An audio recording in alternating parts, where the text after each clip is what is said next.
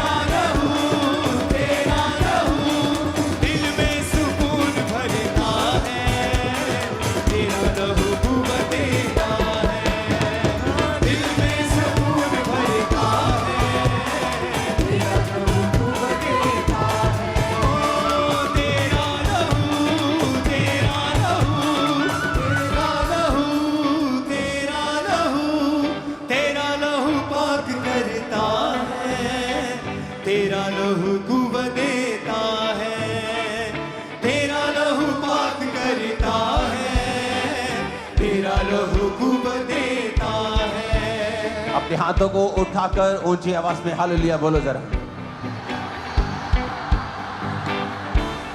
खुदावन तूने इस पवित्र हफ्ते में हमें ग्रेस दिया, हम इकट्ठे हो सके खुदावन। जो लोग तेरी प्रेजेंस में हैं खुदावन, जो तेरी हजूरी में हैं खुदावन, आज एक एक जन को तेरा आत्मा छुए हैं। उस पवित्र भोज को जो आपको मिल रहा है, अगर आपको नहीं मिला आप एक हाथ को हिलाते रहना ताकि वॉलंटियर्स आप तक पहुंच जाएं। अपने हाथों को उठाकर, हाथों को मत उठाएं, एक ही हाथ को हिलाएं। अगर प्रभु भोज नहीं है, हम बिना हाथों को उठाकर प्रार्थना करेंगे उतनी देर। खुदावंद को बोलेंगे, परमेश्वर आज मैं तेरे बदन को, तेरे लहू को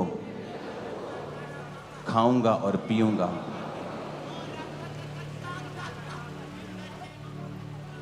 तेरा लहू ढाला किला, सबकी पना मजबूत आसरा। तेरा लहू, आत्मा में गाओ, सिंगर मत बन यार। तेरा लहू, तेरा लहू धोकर के साफ करता है। तेरा लहू तेरा लहू इनके जीवनों में, इनके परिवारों के ऊपर, इनके सिस्टम, इनके बिजनेस, इनके जीवन की हर एक पहलू के ऊपर तेरा लहू जाए और इनको सुरक्षा दे खुदा। थैंक यू जीसस बोलते रहो अपने मन में भी।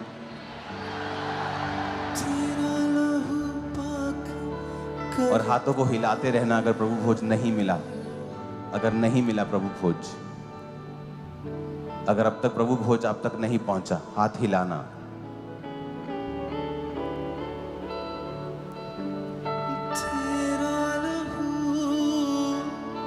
अगर आपने बपतिस्मा नहीं लिया हुआ तो अपने हाथ मत हिलाना। जो बैप्टाइज्ड हैं और प्रभु भोज अब तक नहीं पहुंचा, वही हाथों को हिलाना। अपने घुटनों के भार आकर अपनी बाइबल को उठाओ। जिनको प्रभु भोज नहीं मिला वो खड़े रहेंगे, बाकी लोग बैठ जाएंगे। अपने हाथ में प्रभु भोज को रखो, अपने माथे से लगाओ और कहो, परमेश्वर मैं इसका आदर करता हूं। तेरा लहू ढाला किला, सबकी बना मजबूत आसरा तेरा लहू, तेरा लहू। दिल में सुकून भरता है, तेरा लहू कुव्वत देता है, मरहम का काम करता है। तेरा लहू कुव्वत देता है। अपने एक हाथ को अपने चेस्ट के ऊपर, अपनी बॉडी के ऊपर रखो और खुदाबंद आपको शांति की आशीष दे। जिस तरह उसने समुद्र को कहा था शांत रहे जब आंधी और तूफान था और थम जा, मैं आपकी जिंदगियों के ऊपर परमेश्वर की शांति की आशीष को बोलता हूं। जीसस ने कहा मैं शांति का राजकुमार हूं, उसके जैसी शांति और कहीं नहीं। शैतान ने भी जब जीसस को कहा था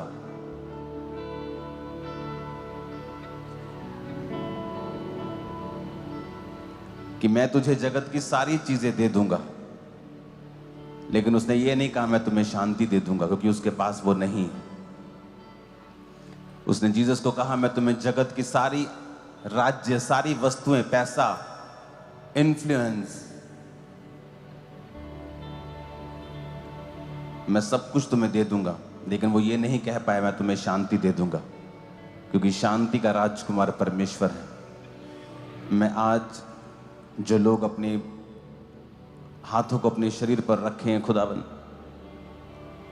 ऑनलाइन ब्रांचेस में, यहां पर यीशु मसीह के नाम में यहोवा की, परमेश्वर की, प्रभु यीशु की शांति आप पर और मुझ पर और सभी कलीसिया पर हो। आज शांति के आशीर्वाद के साथ आप आशीषित किए जाएं और ये शांति आपके जीवन के हर एक पहलू में आज आशीषों को लेके आए और बरकत को लेके आए। एक ऐसी शांति जो करोड़ों खरबों देकर खरीदी नहीं जा सकती, वो शांति के साथ परमेश्वर का आत्मा आज आपको ब्लेस करे और अपनी शांति आपके अंदर दे।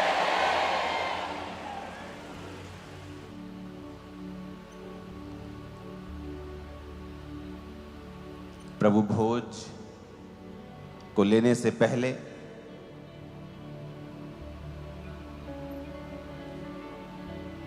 हमें यह समझना है कि हम इसे क्यों ले रहे हैं,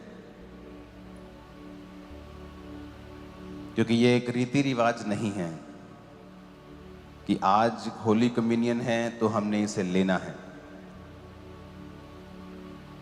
पहला कुरिन्थिया 11 उसकी 23 आयत को हम निकालेंगे।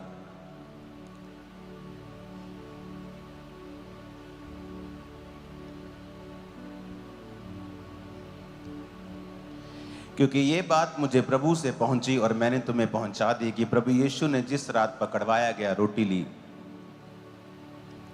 और धन्यवाद करके उसे तोड़ा और कहा यह मेरा शरीर है जो तुम्हारे लिए है, मेरे स्मरण के लिए यही किया करो। अपने हाथों को उठाओ बाइबल समेत और कहो आज मैं जो सुनूंगा मैं उसे भूलूंगा नहीं। ऊंची आवाज से मांगो जरा।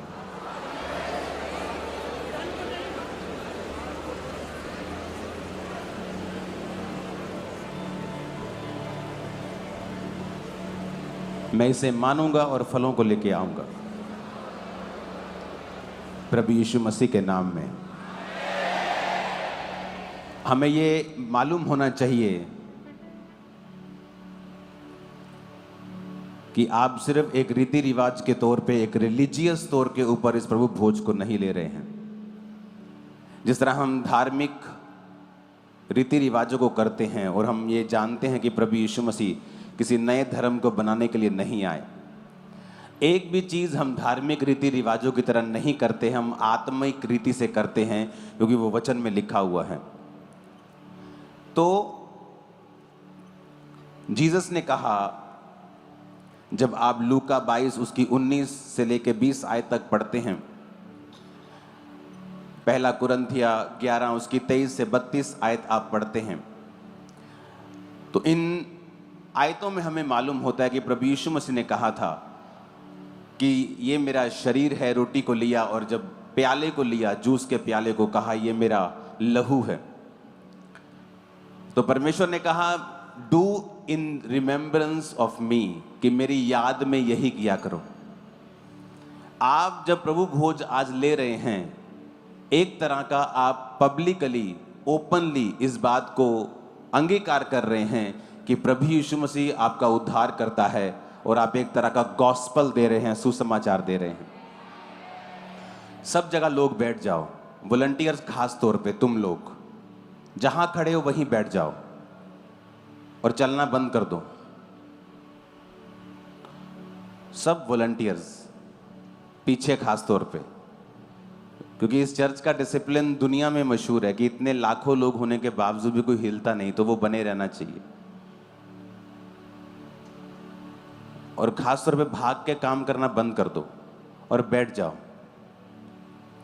जिनके पास प्रभु भोज की है बाल्टी, वही एक जना हिलेगा बस पूरे पंडाल के लिए, दैट्स इट।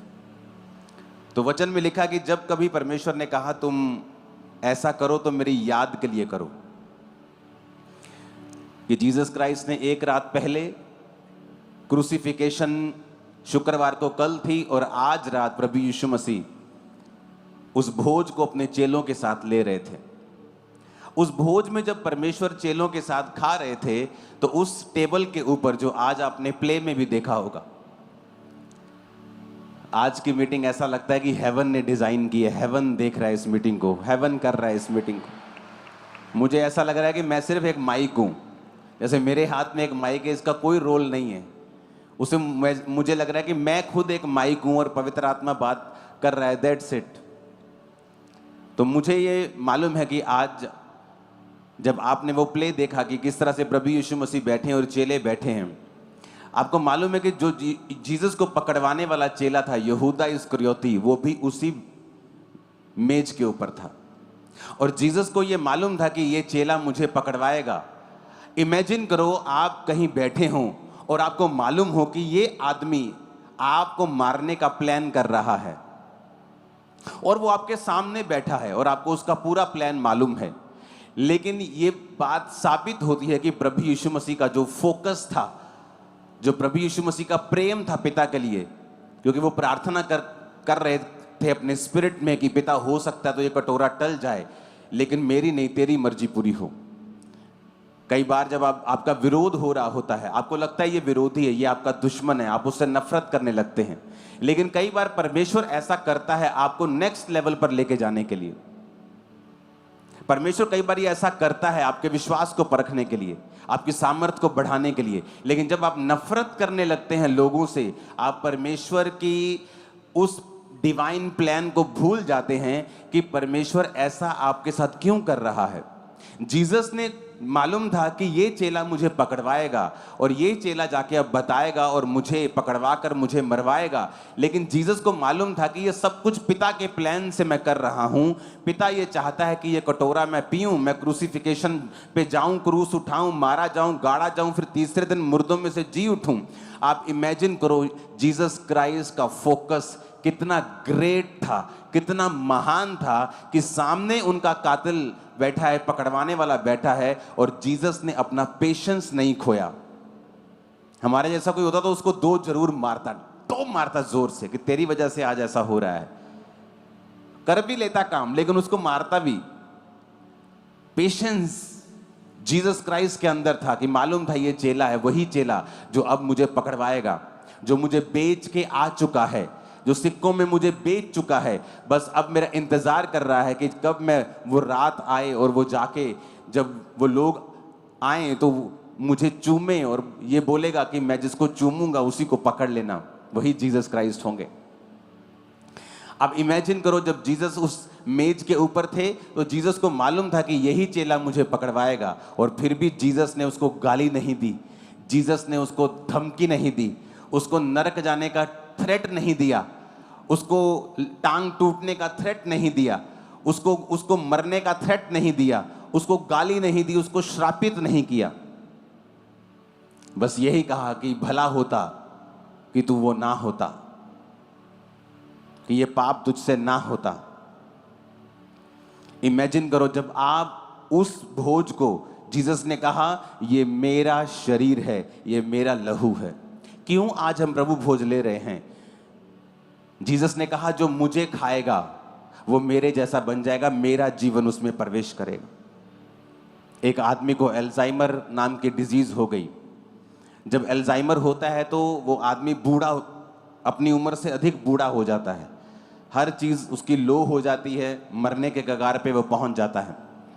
उसके फैमिली मेंबर्स ने उसे होली कम्युनियन के बारे में बताया कि जीसस ने कहा जो मेरा बदन खाएगा, मेरा लहू पिएगा, उसमें जीवन है। ये कोई सांकेतिक चीज़ नहीं है, सिंबॉलिक नहीं है, ये रियल है। जीसस ने कहा आपके ब्लड में अगर टेस्ट किया जाए तो आपके ब्लड के टेस्ट को देखकर डॉक्टर लोग बता देंगे कि आप क्या खाते हैं। आपके यूरिक एसिड लेवल अगर ज़्यादा है वो बता देंगे आप चिकन ज़्यादा खाते हैं, आप पनीर ज़्यादा खाते हैं, या आप दाल ज़्यादा खाते हैं। तो आपके ब्लड लेवल से, ब्लड से सब बता देते, क्योंकि आपके ब्लड में वही है जो आपने खाया है। तो जब हम जीसस को खाते हैं हमारे ब्लड में फिर जीसस ही आ जाते हैं, जीसस की लाइफ आ जाती है। तो जीसस ने क्या कहा कि जो मुझे खाएगा उसमें जीवन बना रहेगा। यीशु ने खुद कहा है कि अगर तुम खाओगे तो मेरा जीवन तुम में आ जाएगा। कौन सा जीवन? अब आप देख लो जीसस का जीवन कैसा था, कैसा था परमेश्वर का जीवन। अब जब यूहन्ना 6 उसकी 53 आयत को पढ़ते यीशु ने उनसे कहा मैं तुमसे सच सच कहता हूं, जब तक तुम मनुष्य के पुत्र का मांस ना खाओ और उसका लहू ना पियो तो तुम में जीवन नहीं है। परमेश्वर ने कहा मेरा मांस और मेरा लहू तुम्हें खाना पड़ेगा। जो मेरा मांस खाता और लहू पीता अनंत जीवन उसका है और मैं अंतिम दिन उसे जिला उठाऊंगा।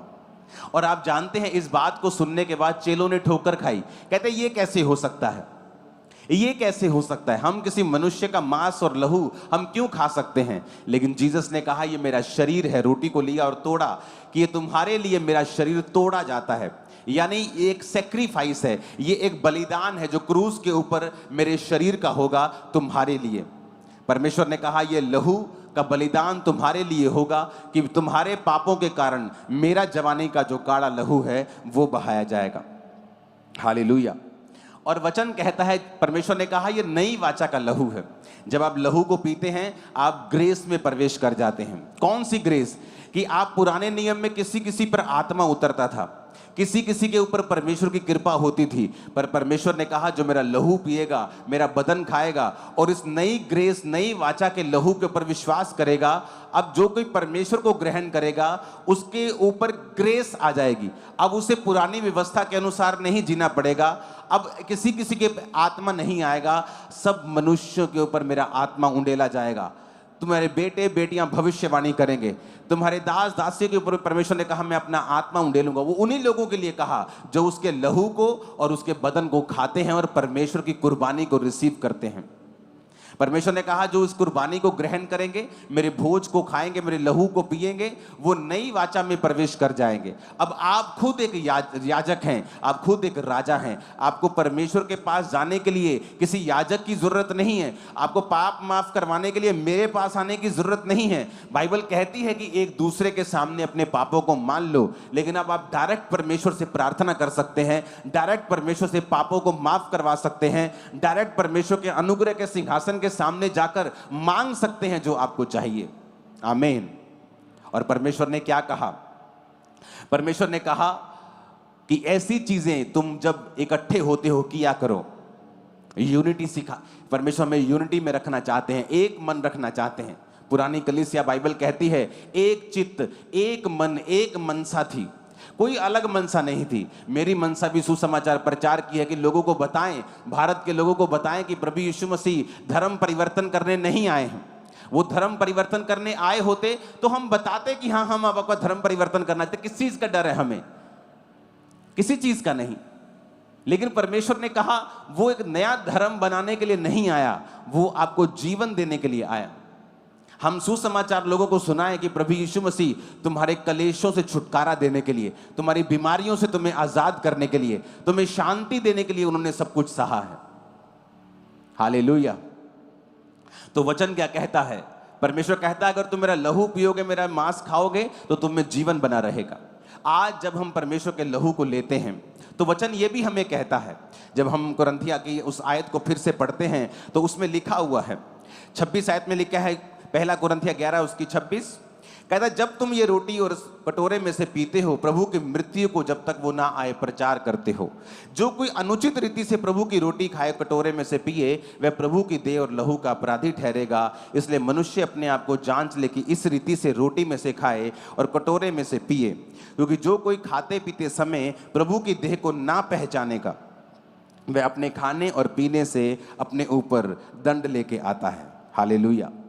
यानी जब हम इकट्ठे होते हैं यूनिटी के लिए, हम यूनिटी में आते हैं, हम प्रभु भोज लेने के लिए, हम घरों में भी इसे ले सकते हैं।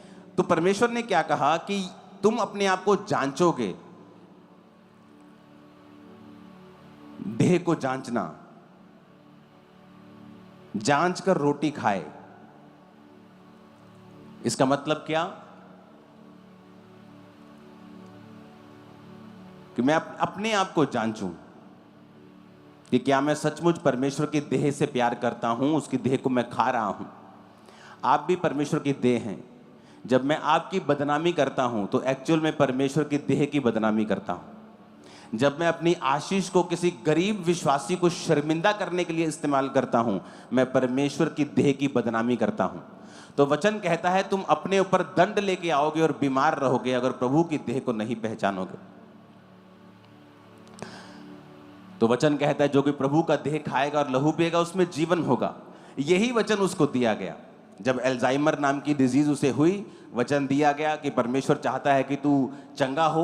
उसने लहू को बहाया, उसने तेरे लिए बदन दिया है। वो बदन और लहू को लेना शुरू हो गया। जब 3 दिन लगातार उसने घर बैठे परमेश्वर का बदन लिया और रोज लहू लिया, घर बैठा रहता था। कोई ऐसे पेशेंट चल नहीं सकते ज़्यादा, वो लो होने शुरू होते हैं और मर जाते हैं। तो जब उसने बदन लिया, परमेश्वर ये तेरा शरीर है जो मेरे लिए तोड़ा गया, ये तूने इसीलिए तोड़ा कि मैं शारीरिक रूप से कमजोर ना रहूं। अगर परमेश्वर ने सिर्फ लहू पाप माफ करवाने होते, वो सिर्फ लहू बहाता कि कोई आता और परमेश्वर को मारता कि उसका सारा लहू बह जाता। लेकिन वचन ये कहता है कि उसकी सुंदरता आदमियों के जैसे नहीं रह गई थी जब प्रभु यीशु मसीह को कोड़े मारे गए थे। उसका मुंह, उसकी पीठ, जब 39 कोड़े लगे थे तो एक एक कोड़े से 40-40, 50-50 ग्राम मांस बाहर आता था। तो बाइबल कहती है वो पहचान भी नहीं पा रहे थे कि ये वही प्रभु यीशु मसीह है। तो वचन कहता है उसने जानबूझ के उन कोड़ों को खाया ताकि हम शारीरिक रूप से स्वस्थ हो सकें और डिवाइन हीलिंग में चल सकें। जब भी शैतान आपके दिल में डाले कि परमेश्वर की इच्छा नहीं है कि तू चंगा हो, परमेश्वर की इच्छा है कि नए विश्वासियों को परमेश्वर चंगा करता है विश्वास में बनने के लिए, लेकिन पुराने विश्वासियों को वो हीलिंग देने में इतना नहीं सोचना चाहिए। नहीं नहीं नहीं, ऐसा नहीं है, ये शैतान की चाल है। परमेश्वर ने वो लहू इसीलिए बहाया, वो कोड़े इसीलिए खाए, वो शरीर इसलिए तोड़ा कि तुम डिवाइन हेल्थ में भी चल सको। जब उसने 3 दिन वो लेता रहा, रोज बदन को लेता था, बोलता था प्रभु तेरे वचन में लिखा है ये शरीर तूने मेरे लिए तोड़ा, मैं इस शरीर को खाता हूं। जूस को लेता था, बोलता था परमेश्वर ये जूस नहीं तेरा लहू है जो तूने मेरे लिए बहाया। रोज वो उसे पीता था। जब चौथे दिन बंदा वो उठा, वो 10 साल जवान था, उसकी बॉडी हील हो चुकी थी, अल्जाइमर जा चुका था, आंखें खुल चुकी थी और विजिबली एक होता है कि आपको हील हो गए लेकिन आप ऊपर से भी चेंज नहीं हुए हो, आपकी चमड़ी वैसी की वैसी, आंखें धसी की धसी हैं, या आपका शारीरिक ढांचा वैसा ही है, आप वैसे चल पड़े हो, आपको फर्क लग रहा है। कहता विजिबली फर्क था, दिखने में फर्क लग रहा था, चमड़ी जवान हो रही थी, आंखें बाहर आ रही थी, जवान लग रहा था, चल रहा था, और वो आदमी पूरी तरह से आज हील हो चुका है, चंगा हो चुका है, ऐसी बीमारी से जिसका इलाज मेडिकल साइंस के पास भी नहीं है। कारण क्या? प्रभु भोज। जब आप प्रभु भोज की ताकत को समझते हैं, इसलिए तो कहा जाता है कि विश्वासी एक दूसरे को माफ करे, क्योंकि जिस प्रभु का आप भोज ले रहे हैं ये जानते हुए कि मेरा कातिल इसी मेज के ऊपर बैठा है, तब भी वो पेशेंस रखता है। इमेजिन करो आप उस प्रभु के शरीर को खा रहे हो, तो आपको कैसा फोकस और कैसा पेशेंस आपको रखना चाहिए अपनी लाइफ में। और जब आप इस प्रभु भोज को समझ के लेते हो कि मेरे परमेश्वर ने सब कुछ जानते हुए भी, आंखों के सामने होते हुए भी अपना पेशेंस नहीं खोया, अपना आपा नहीं खोया, कहीं भी गाली नहीं निकाली, कहीं भी गुस्सा नहीं किया, तो परमेश्वर ने जब हम उसको जो ग्रेस हमें दी है कि हम उसी शरीर को खा सकते हैं, मैं आपको आज प्रॉमिस देता हूं, आप उस परमेश्वर के शरीर को आज खाओगे और उस परमेश्वर के लहू को आज पियोगे जिसमें इतना पेशेंस था।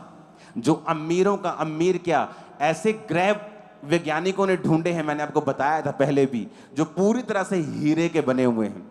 अगर उनको बेच दिया जाए तो इस धरती के ऊपर $100 की इतनी ढेरियां लगेंगी कि वो चंद्रमा तक पहुंच जाएंगी, ढेरियां इतनी होंगी। ऐसे ग्रह परमेश्वर ने बनाए हैं। वो इतना अमीर परमेश्वर है, लेकिन एक गरीब घर में जन्म लेता है, एक आम घर में जन्म लेता है, ताकि वो ऐसा ना लोग बोलें कि परमेश्वर को क्या मालूम गरीबी क्या होती है, उसको क्या मालूम दुख क्या होता है, शारीरिक पीड़ा क्या होती है, बीमारी की पीड़ा क्या होती है। बाइबल कहती प्रभु यीशु मसीह ने हर वो चीज सही है जो एक आम आदमी सहता है।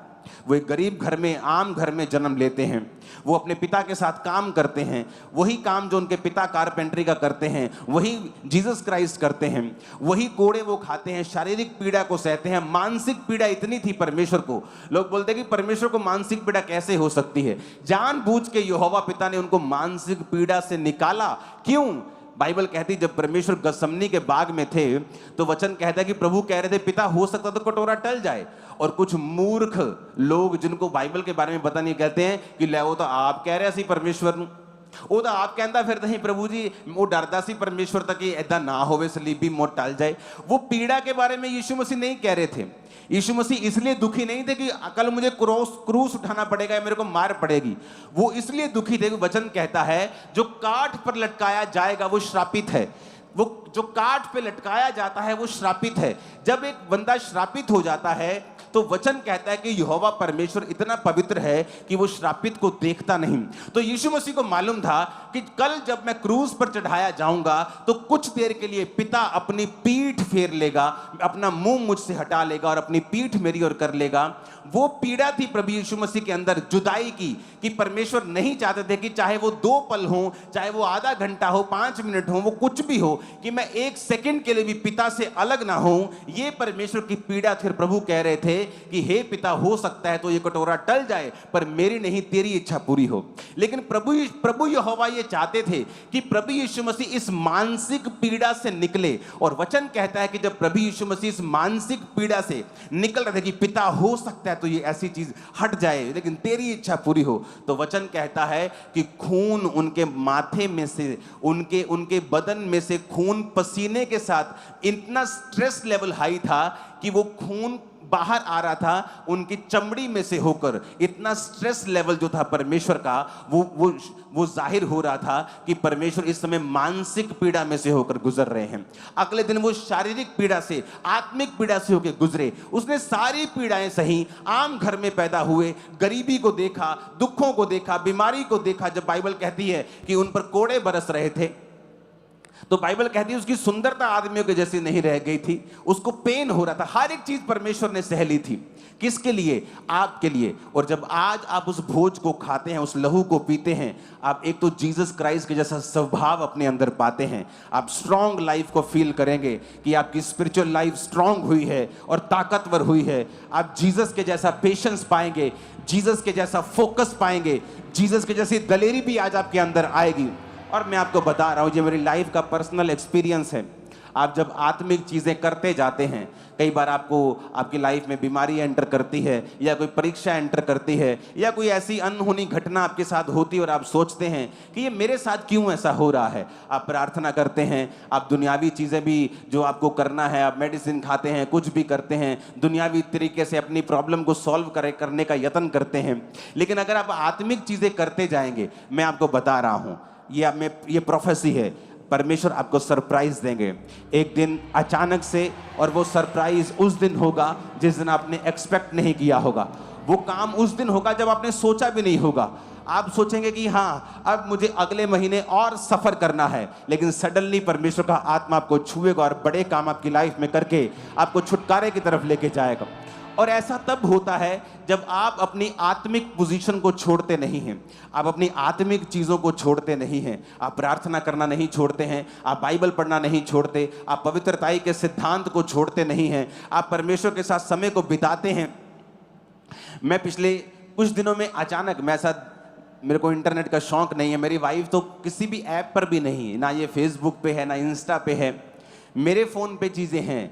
मैं अपनी मिनिस्ट्री का कुछ चेक कर लिया तो एक दिन मैं अपने फ़ोन पे था और 4-5 मिलियनर बिलियनर लोग आए जो बहुत अमीर थे, उनकी इंटरव्यू हो रही थी, एक आदमी उनकी इंटरव्यू ले रहा था और सब में एक चीज़ कॉमन थी, सब कहते थे कि मैं जब 28 साल का था मैं बाइबल पढ़ रहा था तो परमेश्वर ने मेरे से बात की बाइबल में से और तब से मेरी ज़िंदगी बदल गई। मैं ब्रिज के नीचे रहता था, आज मेरी हज़ारों करोड़ों की कंपनी है। सभी की लाइन सेम थी कि मैं बाइबल के साथ जुड़ा हुआ था, मैं परमेश्वर पर विश्वास करता था। कल मैं एक जगह बैठा हुआ था और वहाँ पर मैं अपनी टेस्टिमनी को दे रहा था और मेरे पास परमेश्वर की ओर से एक छोटी बाइबल, जो मेरी पहली बाइबल जो मैंने अपनी वाइफ को गिफ्ट दी, वो मेरे साथ थी और मैं उनसे बात कर रहा था। मैंने कहा मेरी लाइफ की हर बड़ी शुरुआत बाइबल से हुई है। जब मैं मेंटली अपसेट के अटैक से निकल रहा था तो मैं 15 मिनट की प्रार्थना करता था। मुझे अब याद नहीं 15 मिनट में 3 बार करता था, शायद 15 मिनट में 2-3 बार प्रार्थना करता था और 15 मिनट में भी मैं अपनी घड़ी को, तब दूसरे मोबाइल होते थे, टाइम उन पे भी आता था, तो उन पर मैं 15 मिनट में भी 3-4 बार मोबाइल देख लेता था, कितने मिनट हो गए। तो इस तरह से मैं प्रार्थना करता था। और एक दिन जब मुझे अटैक होने लगते थे तो मुझे बाइबल पढ़ता था जब मेरे अटैक खत्म होते थे, क्योंकि उसका दवाई इलाज नहीं था, आप नशा कर ले उसका इलाज नहीं था। तो मेरे जीवन में परमेश्वर ने शैतान को भी इस्तेमाल किया। जब मेरे को अटैक होता था दुष्ट आत्मा का तो मैं बाइबल पढ़ता था और सिर पे अनॉइंटिंग ऑयल लगा के अपनी छत पे चला जाता था, बाइबल पढ़ता था 3-3 घंटे, 6-6 घंटे। उस वजह से मेरे को पूरा नया नियम याद हो गया था। कोई भी विश्वासी अगर मेरे पास आता था, जब मैं पास्टर के पास अपने जाता था और कोई विश्वासी किसी के पास विजिट होती थी तो मेरे को बाइबल रटी हुई थी, वो कोई भी चीज़ बोलता था तो मैं झट से बाइबल निकाल लेता था कि तेरे बारे में परमेश्वर का वचन ये कहता है। तो इतना परमेश्वर ने मुझे, इसलिए नहीं कि प्रभु से बहुत प्यार करता था, इसलिए कि परमेश्वर ने मुझे ऐसी सिचुएशन में डाल दिया कि मुझे बाइबल पढ़नी पड़ती थी, नहीं तो मेरे मेंटली अपसेट के अटैक खत्म नहीं होते थे। तो उनमें मैंने क्या सीखा, एक दिन मैं जब बाइबल पढ़ रहा था तो परमेश्वर का वचन आया, हे मेरे प्रिय भाइयों, हियाव बांधो, दृढ़ रहो, क्योंकि तुम जानते हो कि मसीह में की गई मेहनत व्यर्थ नहीं। मुझे लगा परमेश्वर ने मुझसे बात की है। अगर मैं चाहता हूं कि मैं मेंटली अपसेट के अटैक से फ्री हो जाऊं, मैं इस बीमारी से आज़ाद हो जाऊं, तो मेरी मेहनत नहीं, शायद प्रभु ये चाहता है कि मैं मेहनत करूं। तब मेरे रोज़े रखने स्टार्ट किए, 40 रोज़े स्टार्ट किए, फिर 40 खत्म, फिर 40, एक साल में 5-5 बार 40 रोज़े रखे। और परमेश्वर का दास मेरे सपने में आके मुझे कहता है, तेरा जो डिप्रेशन है इसके विषय में परमेश्वर से दिल खोल के प्रार्थना कर। यानी जिस चीज़ का तुझे डिप्रेशन है उसको शब्दों में बोल कर, कि तेरे दिमाग में क्या आता है उस चीज़ को शब्दों में बोल कर परमेश्वर के सामने प्रार्थना कर, तेरा डिप्रेशन जो है वो खत्म हो जाएगा। और वो दिन था और आज दिन है, 20 साल हो चुके हैं, वो चीज़ वापिस कभी नहीं आई मेरी लाइफ में। लेकिन वो कैसे हुआ? सारे मिलियनर्स बिलियनर्स बता रहे थे बाइबल, वचन, फेथ। आज विश्वासी बाइबल के साथ जुड़ा हुआ नहीं है। क्रिश्चियन बंदे को लगता है मैंने बाइबल पढ़ी हुई है, विश्वासी को लगता है मैं नया नियम पढ़ूंगा। नहीं, ऐसा नहीं है। अगर आप बाइबल के साथ अटैच्ड हों और उसको रेगुलर पढ़ते हों, कोई पता नहीं कौन सा वचन किस दिन जीवित हो जाएगा। जब मैं बाइबल पढ़ता हूं, आप जानते कई बार अगर मैं अपनी, ये चीज़ आपको शायद समझ आए चाहे ना आए, कुछ चीज़ें डीप हैं, अगर मैं एक बाइबल को पढ़ूं तो शायद आप ये बात नहीं जानते कि जो मैं पढ़ रहा हूं उस वचन को जीवित कर सकता हूं अगर आपके अंदर पवित्र आत्मा है तो। शायद आप ये बात ना समझे कि वचन तो जीवित ही है, लेकिन मैं आपको कुछ और कह रहा हूं। आप उसे व्यक्तिगत बना सकते हैं। एक वचन लिखा है कि परमेश्वर ने कहा धर्मी का वंश बचाया जाएगा, लेकिन अगर आपके अंदर पवित्र आत्मा है, आप प्रभु की प्रेजेंस में हैं, और अगर आप वो वचन पढ़ लें, उसे व्यक्तिगत बना लें, आप जीवित कर सकते हैं और एक बच्चा पा सकते हैं परमेश्वर से।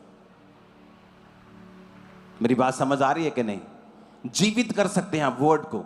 मैं मेंटरशिप मीटिंग में अगर जा रहा हूं तो मैं उन वचनों को पढ़ूंगा जो मुझे चाहिए, और उन वचनों को लेकर मैं जीवित कर सकता हूं, उनकी लाइफ में ज्वलंत कर सकता हूं, काम कर सकता हूं उन वचनों के द्वारा। कितने मेरी बात को समझ रहे हैं? कुछ चीजें डीप है, अगर मैं इनको समझाने लग जाऊंगा तो आज के टॉपिक से हम हट जाएंगे। परमेश्वर यीशु मसीह ने वचन को जीवित किया, जो लिखा हुआ था कि यहोवा का आत्मा मुझ पे है, उसने सुसमाचार सुनाने के लिए मेरा अभिषेक किया। लेकिन जब जीसस ने पढ़ा, वो जीवित हो गया, व्यक्तिगत हो गया और जीसस के लिए हो गया।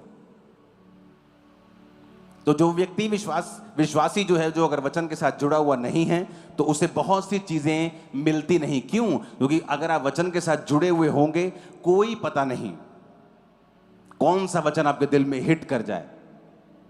जीसस के वचन में लिखा है, यहोवा के दाहिने हाथ में दीर्घ आयु और बाहिने हाथ में धन और महिमा है। अगर एक विश्वासी इसे पढ़े जो गरीब है, जो गरीबी के श्राप से निकल रहा है, भाई साहब, आप परमेश्वर के नाक में दम कर दोगे इस वचन से। अगर आप में दिमाग हुए ना, अगर आप में बुद्धि हुई, इस एक वचन से आप प्रभु के सामने रोज घुटने लगा के बैठ जाओगे। उसको आपको धन देना पड़ेगा और आप प्रभु का काम करोगे। क्योंकि आप ये कहोगे, प्रभु मैंने नहीं लिखा, मैंने थोड़ी लिखा है, तूने लिखा है कि तेरे दाहिने हाथ में दीर्घ आयु है, मुझे दीर्घ आयु चाहिए। तेरे बाहिने हाथ में धन है और महिमा है, मुझे दोनों चीजें चाहिए। तू मेरा परमेश्वर, तू मेरा बाप है, तेरे हाथ में सारा कुछ है। तू अपने बेटे से कैसे छुपा सकता है? तू अपने बेटे से ये तीन चीजें कैसे रख सकता है? तू कैसे हो सकता है कि तू तीन चीजें मेरे जीवन में ना हो? जिस दिन घुटनों पे लड़ना सीख जाओगे, पिता से लेना सीख जाओगे, पिता तुम्हें दे देगा सारा कुछ। पर बात यह है कि विश्वासी की लाइफ में वचन जीवित नहीं होता। क्यों? वो उसे पढ़ता नहीं है। अगर आप 10 बच्चों के बीच में बाइबल पढ़ेंगे, आपको नहीं समझ आएगी। आप एकांत में पढ़ें, अलग होके पढ़ें, काम होके पढ़ें, समझ के पढ़ें और देखें वचन आपको क्या कह रहा है। कि परमेश्वर कह रहा है, मेरे दाहिने हाथ में दीर्घ आयु। आप अपनी बीमारी को हील कर सकते हो कि प्रभु तेरे वचन में लिखा है तेरे दाहिने हाथ में दीर्घ आयु है। अगर तेरे दाहिने हाथ में है तो किसके लिए है? मेरे दुश्मन के लिए नहीं, मेरे लिए। मुझे चाहिए, मुझे चाहिए। आप दिन रात इस वचन से प्रार्थना करने लगते हैं। जब दिन रात वचन से प्रार्थना करने लगते हैं तो परमेश्वर का वचन खुद कहता है कि अगर तू दिन और रात मेरे नाम की दुहाई देगा तो मेरा पिता तुम्हारा न्याय जल्दी चुकाने के लिए आएगा और देर ना करेगा। पर बात यह है कि वो एक पर्सनल रिलेशन पे निर्भर करता है। अब आपने वो थोड़ा सा मुद्दा भटका दिया है, तो ये भी पवित्र आत्मा की ओर से है कि अब वो पर्सनल रिलेशन पे निर्भर करता है कि क्या आपके अंदर पवित्र आत्मा है कि आप पढ़े हुए वचन को जीवित कर सकते हैं। आप उसे जीवित कर सकते हैं कि प्रभु तेरे वचन में लिखा है कि गर्भ का फल यहोवा की ओर से प्रतिफल है। अच्छा, गर्भ का फल यहोवा की ओर से प्रतिफल है कि यहोवा उसे देता है, तो मेरे जीवन में क्यों नहीं? आप फाइट करते हैं, आप प्रेयर करते हैं रोज, आप 8 साल प्रार्थना करते हैं एक वचन से। भाई साहब, प्रभु को आपकी सुननी होगी, वो आपको गर्भ को खोलेगा। वो कितने मेरी बात को समझ रहे हैं? वचन को जीवित करना बहुत जरूरी है। हालेलुया। तो फिर से उसी मुद्दे पे हम आते हैं कि परमेश्वर क्या कहता है कि मेरा बदन जो तुम खा रहे हो, मेरा लहू तुम पी रहे हो, तुम मेरे जीवन को खा रहे हो। मैं जीसस के जैसा पेशेंस, जीसस के जैसी लाइफ, जीसस की हीलिंग, जीसस की डिलीवरेंस, जीसस की ब्लेसिंग को आज मैं खाऊंगा और आप भी उसे खाएंगे। आज आपकी लाइफ का मोस्ट ब्लेस्ड डे, सबसे ज्यादा आशीषित दिन है आज यीशु के नाम। सबसे ज्यादा खूबसूरत दिन है आज यीशु मसीह के नाम। लग नहीं रहा आपको खूबसूरत? सबसे मेरे को तो फील हो रहा है, लग रहा है, दिख रहा है, समझ आ रहा है, आत्मा में, शरीर में भी। हालेलुया। उसने कहा मेरा बदन तुम खाओगे। अब जब हम उसका शरीर खा रहे हैं, हम हीलिंग को खा रहे हैं, उसकी लाइफ को खा रहे हैं। जीसस के जैसा पेशेंस, जीसस के जैसा फोकस, जीसस के जैसी प्रेयर लाइफ, जीसस के जैसा वचन के साथ जुड़ाव, जीसस के जैसा पिता के साथ रिश्ता, पिता के साथ नाता, जीसस ने जो कहा, जो किया पिता के लिए, वो ऐसी ग्रेस आप खा रहे हैं और आज मैं खा रहा हूं। और परिवार सेम नहीं होंगे आज से इन जीसस ने। सब बदल जाएगा। परमेश्वर का आत्मा कहता है सब बदल जाएगा। आमीन। ऊंचा चाहिए चर्च। Hallelujah, hallelujah. मैंने अपनी लाइफ में एक्सपीरियंस किया है चीजों को, एक बार नहीं कितनी बार, जब ऐसी चीजें हुई हैं मेडिकली जिनका हल नहीं है, और प्रार्थना, उपवास, चीजें खत्म। आप हैरान हो जाते हैं, आप वही हैं कि परमेश्वर ने आपका हल कर दिया, सॉल्यूशन दे दिया आपको, क्योंकि आप आत्मिक लोग हैं। आपको आत्मिक चीजें करते रहना होगा। काम हो चाहे अभी ना हो, चाहे बाद में हो, लेकिन आपको करते रहना होगा, क्योंकि यही सच्चाई है, यही ट्रुथ है। कहीं और कुछ भी नहीं है, कहीं हल नहीं होगा। परमेश्वर ही एकमात्र हल है हमारा। अपने हाथों को उठाओ,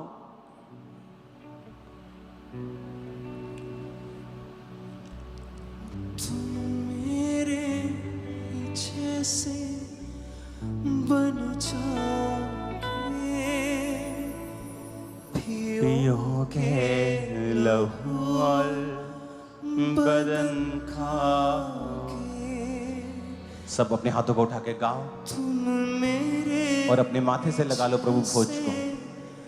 बन जाओगे, पियोगे लहू और बदन खाओगे।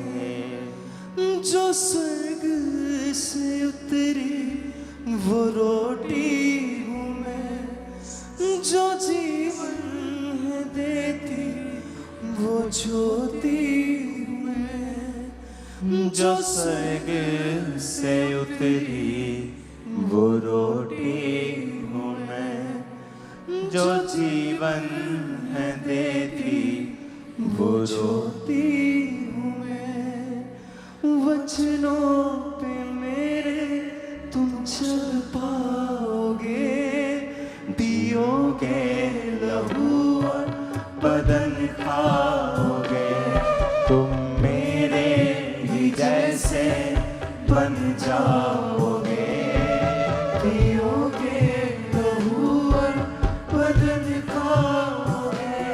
तुम मेरे ही जैसे बन जाओगे, पियोगे लहू और बदन खाओगे। होगा मुकम्मल साथ हमारा, छोड़ूंगा ना मैं हाथ सब गाओ। होगा मुकम्मल साथ हमारा, छोड़ूंगा ना मैं हाथ तुम्हारा। दृढ़ता स्थिरता में बन जाओगे, जियोगे लहू और बदन खाओगे। तुम मेरे और स्थिरता में बन जाओगे, पियोगे लहू और बदन खाओगे। खुदा बाप आपको आज से दृढ़ता और स्थिरता में बढ़ाए। आपका पूरा परिवार स्थिर हो जाए शांति में और दृढ़ हो जाए हर एक चीज में।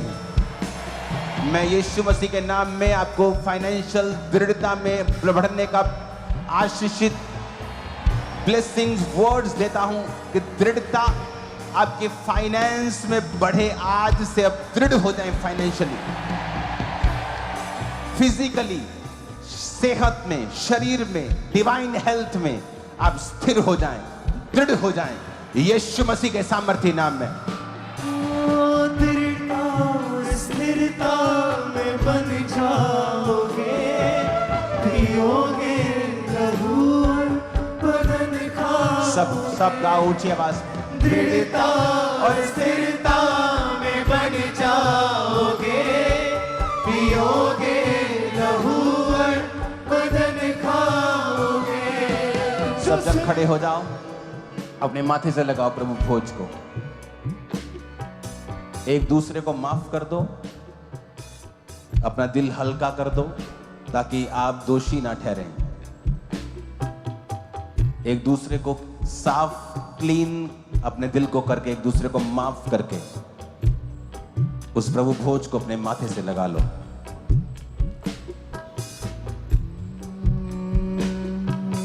स्वर्ग से उतरी वो रोटी हूँ मैं, जो जीवन है देती वो ज्योति हूँ मैं, जो स्वर्ग से उतरी वो रोटी हूँ मैं, जो जीवन है देती वो ज्योति हूँ। आज अपने माथे से लगा के बोलो, परमेश्वर तू स्वर्ग से उतरी हुई रोटी है। ये वो मन्ना नहीं जो मेरे बाप दादाओं ने खाया और मर गए, ये वो रोटी है जो स्वर्ग से उतरी। ये तेरा शरीर, तेरा लहू जो आज मैं ले रहा हूं परमेश्वर, मैं विश्वास करता हूं कि मैं तुझे खा रहा हूं और तुझे पी रहा हूं। तेरा जीवन आज से मुझ में है। अगर आपने बपतिस्मा नहीं लिया हुआ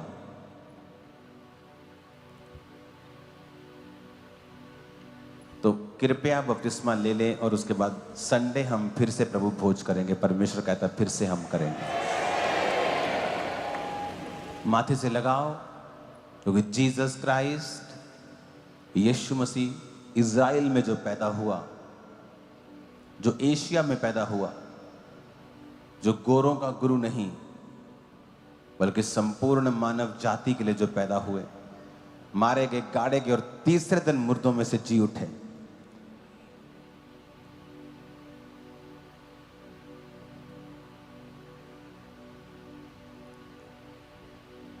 माथे से लगा के बोलो, परमेश्वर ये तेरा शरीर जो मेरे लिए तोड़ा गया, तेरा लहू जो मेरे लिए बहाया गया, मैं सबको माफ करके, अपने दिल को साफ करके, तेरी दया,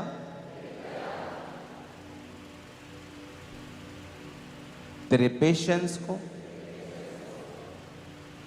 तेरे फोकस को, तेरे प्रेम को जो पिता के साथ था, उसे समझता हुआ इसे लेता हूं।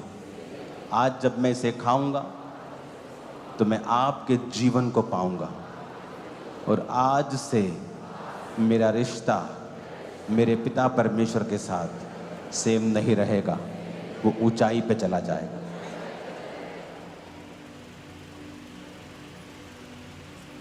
पिता आपसे प्रेम करता है, सब चर्च से, सब लोगों से।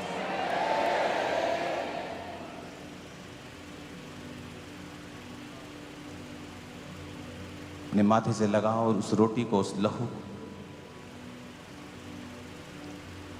जो स्वर्ग से उतरी वो रोटी हूँ मैं, जो जीवन है देती वो ज्योति हूँ मैं। दृढ़ता और स्थिरता में बढ़ जाओगे, पियोगे लहू और बदन खाओगे, तुम मेरे ही जैसे बन जाओगे, पियोगे लहू और बदन खाओगे। खुदावन, आज जब तेरे लहू को, तेरे बदन को हम खाएंगे, हम तेरे ही जैसे बन जाएंगे। उस रोटी को निकालो अपने पैकेट से, अपने माथे से लगाओ और कहो, पिता तेरा शरीर जो मेरे लिए तोड़ा गया, जिस तरह तूने अपने चेलों को रोटी को दिया और तूने उसे तोड़ा और सबको दिया, आज इस रोटी को मैं तोड़ता हूं और लेता हूं, सब उसे लो।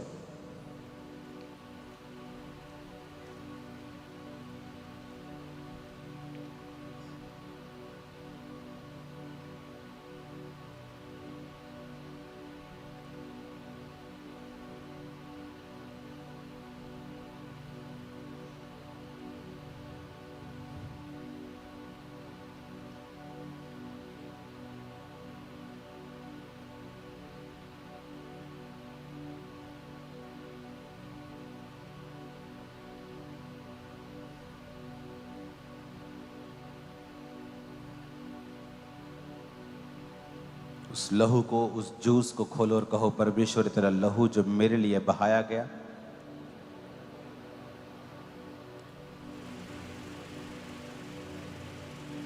ये नई वाचा का लहू जो मुझे नई ग्रेस देता है, नई पहुंच देता है पिता के साथ, नया एक्सेस देता है, मैं पिता के पास जा सकता हूं, मैं इस लहू को लेता हूं। सब उसे लो।